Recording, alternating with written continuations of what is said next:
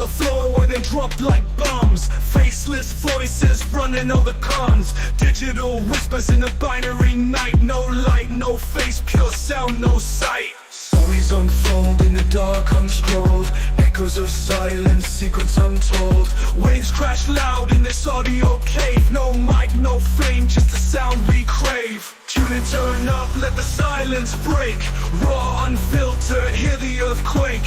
No mic needed, just a vibe that's real. Faceless words you can touch and feel.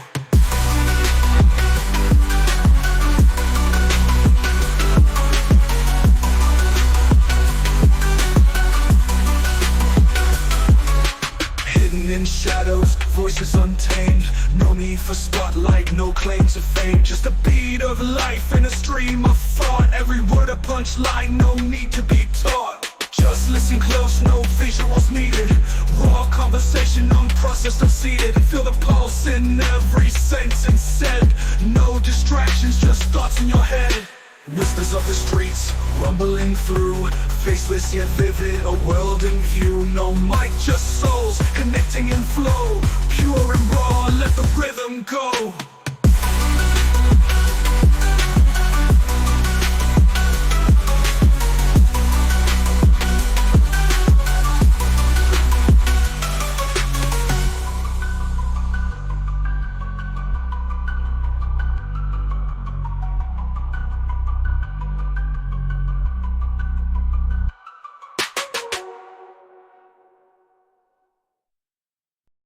John Horwood, a notorious figure in 19th-century English history, was born in 1803 in the small mining town of Hanham, England.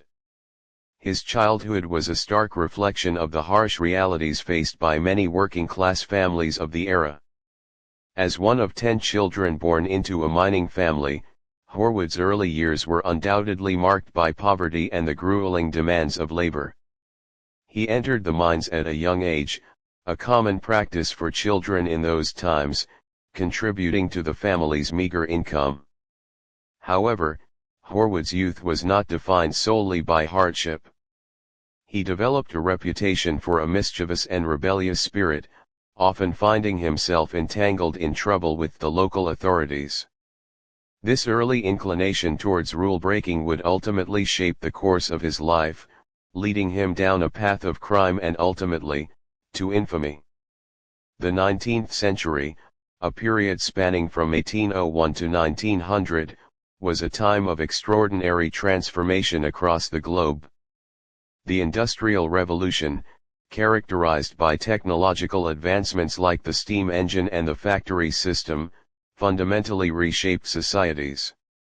This shift from agrarian economies to industrial ones led to mass production and urbanization, but also brought about social challenges such as exploitative labor conditions and environmental degradation.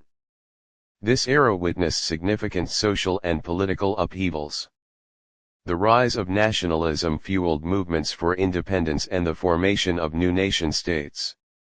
Democratic ideals gained traction, leading to the expansion of voting rights and the establishment of representative governments. Social reforms, such as the abolition of slavery and the emergence of women's rights movements, aimed to address social inequalities. However, the gap between the wealthy and the poor widened, leading to social unrest and the rise of labor movements. Scientific and technological progress was another hallmark of the 19th century. Breakthroughs in fields like physics, chemistry, and medicine revolutionized our understanding of the world. The invention of the telegraph, the telephone, and the light bulb revolutionized communication and daily life. Transportation advancements, such as railways and steamships, facilitated global trade and travel, connecting different parts of the world. However, this period was also marked by imperialism and colonialism. European powers expanded their empires, exerting political and economic control over vast territories in Africa, Asia, and the Americas. This often resulted in the exploitation of resources and the displacement of indigenous populations, leaving a lasting legacy of social and economic inequality. The 19th century was a period of immense change, characterized by both remarkable progress and significant challenges. Its profound impact continues to shape the world we live in today.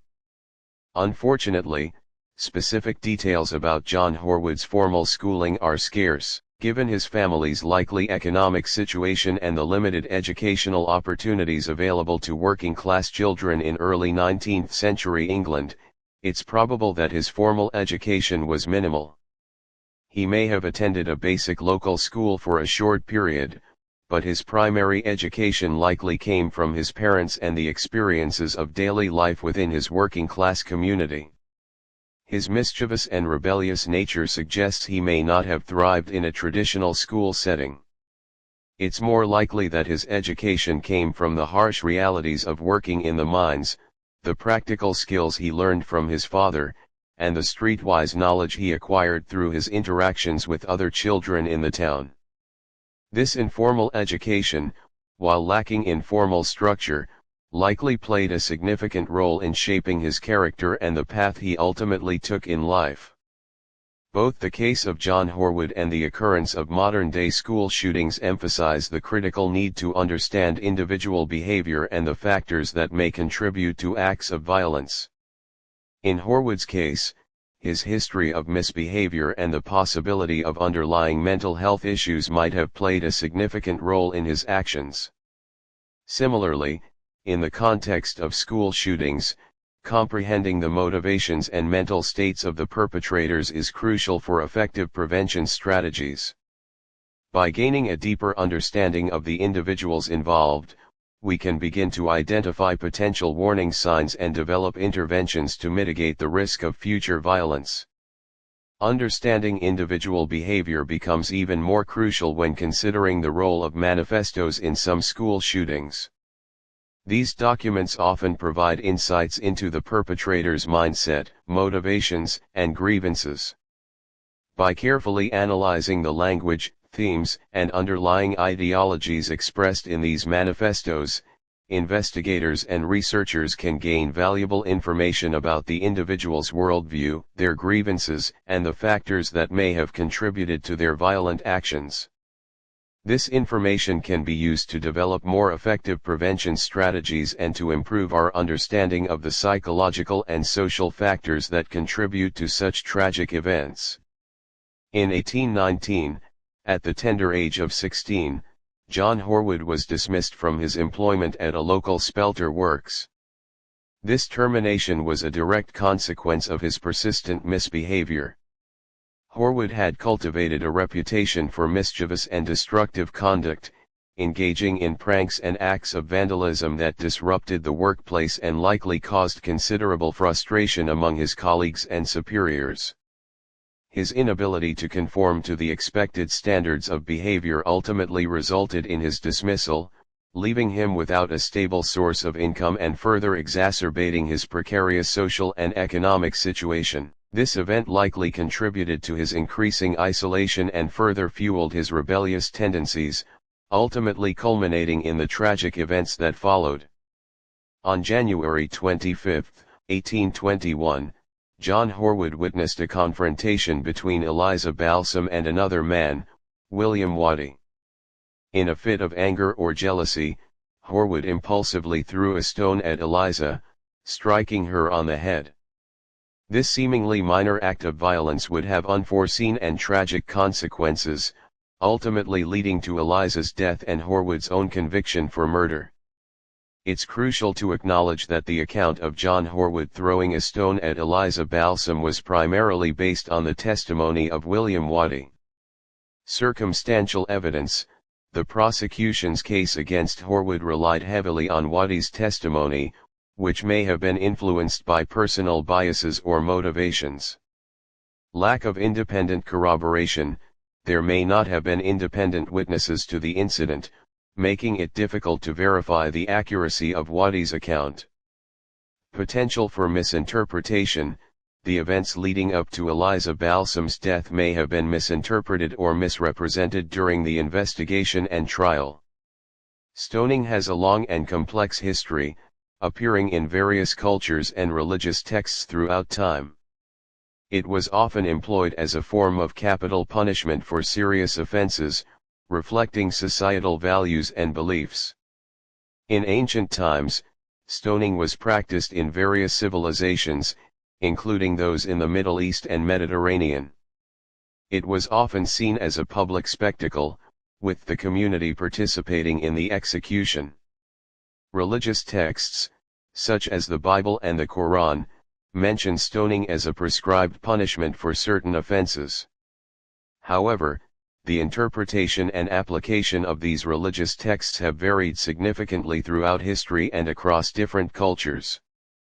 In modern times, stoning is largely condemned as a cruel and inhumane form of punishment.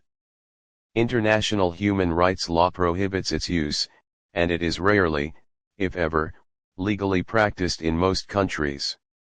However, there have been isolated instances of stoning in recent decades, often associated with extremist groups or interpretations of religious law. These cases have drawn widespread condemnation from human rights organizations and international bodies. It's important to note that the history of stoning is a complex and multifaceted issue, with varying interpretations and applications across different cultures and time periods. On February 17, 1821, Eliza Balsam tragically succumbed to the complications arising from the head injury inflicted by John Horwood's thrown stone. Despite initial medical attention, the injury proved fatal, transforming what initially appeared to be a minor act of violence into a life-altering event for both Horwood and the Balsam family. On April 11, 1821, John Horwood stood trial for the murder of Eliza Balsam. Following the presentation of evidence and legal arguments, the jury found him guilty as charged. This verdict marked a turning point in the tragic sequence of events, as it set the stage for the severe and ultimately fatal consequences that awaited the young man. On April 13, 1821, the chilling culmination of the John Horwood tragedy unfolded. Sentenced to death for the murder of Eliza Balsam, the young man met his demise at Bristol New Jail. In a macabre twist, his body was not consigned to an ordinary grave. Instead, in a display of morbid fascination, Surgeon Richard Smith, who had overseen Horwood's dissection, had the young man's skin tanned and used to bind a book. This book, now chillingly known as the Horwood Book, serves as a grim testament to the events, containing detailed notes and accounts of the trial, the execution, and the subsequent dissection. This act, while undeniably morbid, stands as a chilling reminder of a bygone era where the boundaries between medicine, justice, and the macabre were blurred. In 2011, 190 years after his execution, John Horwood's remains were finally laid to rest. A poignant ceremony was held at Christ Church, Hanham, where Horwood was interred alongside his father. This long-awaited burial marked a symbolic end to a tragic chapter in his life, offering a measure of closure for his descendants and acknowledging the injustice he suffered. Timeline: 1803, born in Hanham, England. 1819, laid off from his job at a Spelter Works due to bad behavior. 1820, begins a relationship with Eliza Balsam, which later ends.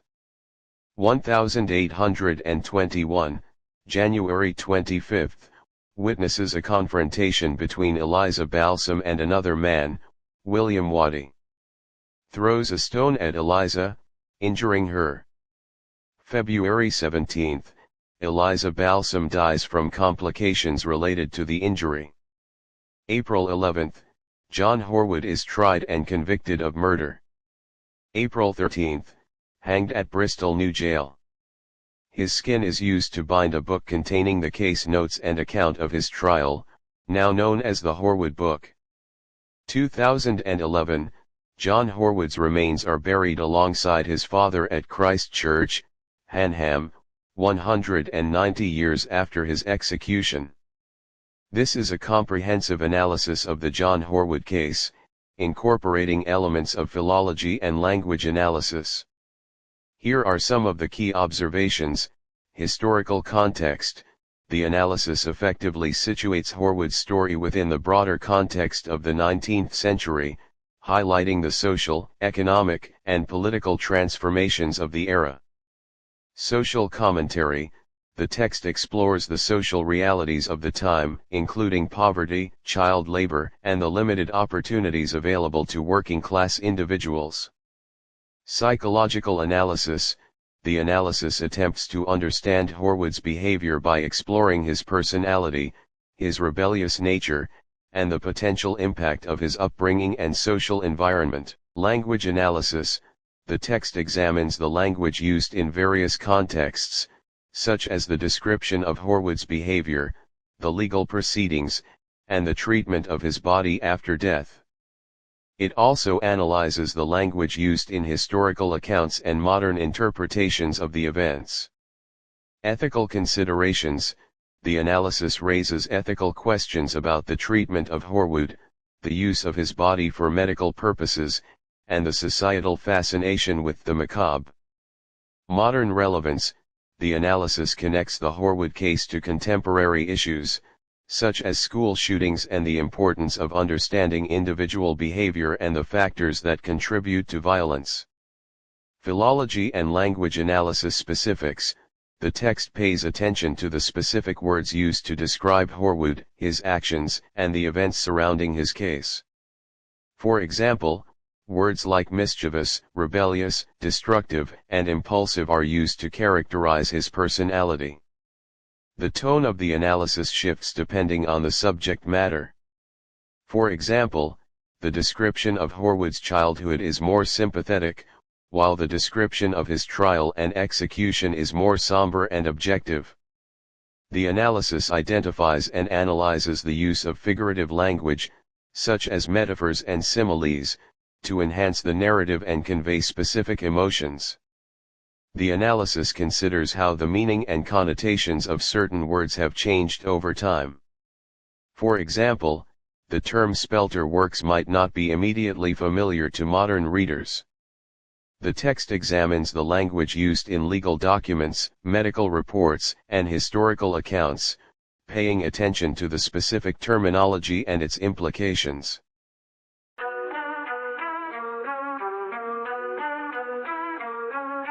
Mics on the floor where they drop like bombs. Faceless voices running all the cons. Digital whispers in a binary night. No light, no face, pure sound, no sight. Stories unfold in the dark unscrolled. Echoes of silence, secrets untold. Waves crash loud in this audio cave. No light, no fame, just the sound we crave. Tune in, turn up, let the silence break. Raw, unfiltered, hear the earthquake. No mic needed, just the vibe that's real. Faceless words you can touch and feel.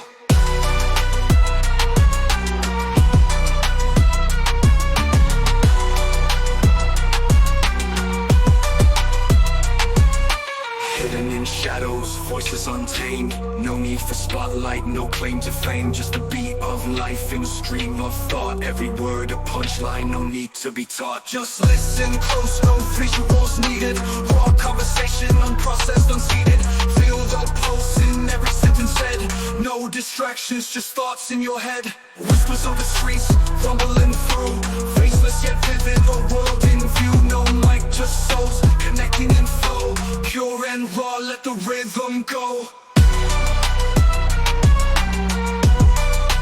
Pure and raw.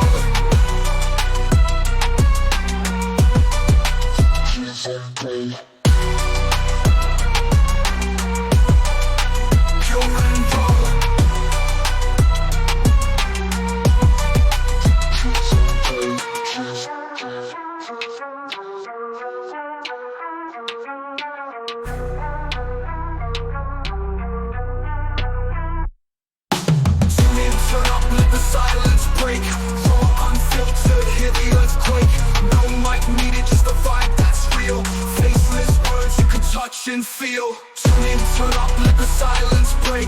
Raw, unfiltered, hear the earthquake. No mic needed, just the vibe that's real. Faceless words you can touch and feel.